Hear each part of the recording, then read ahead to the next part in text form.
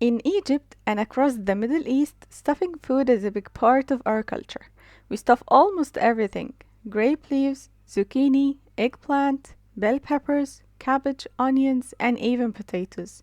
And today I'm making one of my favorite versions: Egyptian stuffed potatoes with meat. First, I'm using small sized potatoes. I peel them and I cut off one end so they can stand nicely. Then I use vegetable corer carefully to hollow out the center.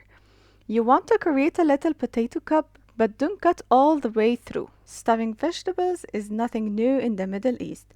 For centuries, cooks across the region have been hollowing out vegetables and filling them with combinations of meat, rice, herbs, and spices, and this became a part of Egypt's home cooking.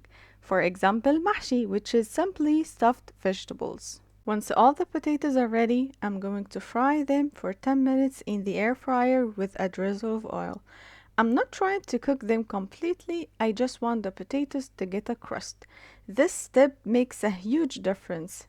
This step actually helps the potatoes to be firm, holding the stuffing in the following cooking process. As you see here, it's not completely cooked with a nice crust. For the filling, I add onion to a hot pan with a drizzle of oil. When the onion turns yellow, I add the ground beef. As the meat cooks, I break it apart into small pieces, as you can see here. When the meat changes color, I season it with black pepper and some mixed spices with salt. And here is an extra step. I add 1 tablespoon of tomato paste or tomato sauce for a nice color and more sweetness. And as you see here, no liquids, so the meat is ready. I let it cool down for a bit before the next step.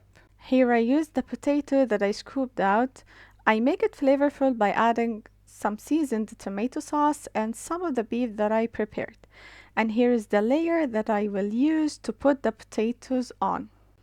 And now I stuff the potatoes with the beef, as you see here. This dish in Egypt is not a main dish.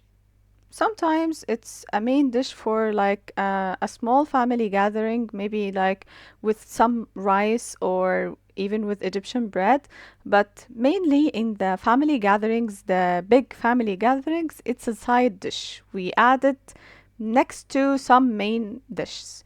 And as you see here, I finished the top with some of the tomato sauce.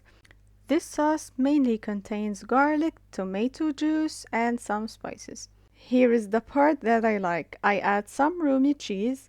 This is Egyptian cheese. It's like the Parmesan cheese for Italians. This cheese is made in Egypt, and I'll let you know more about it in the following videos. I add a splash of water and I put it in the oven in medium heat for 30 to 40 minutes and it will be ready. Subscribe to see more Egyptian recipes from my home to you.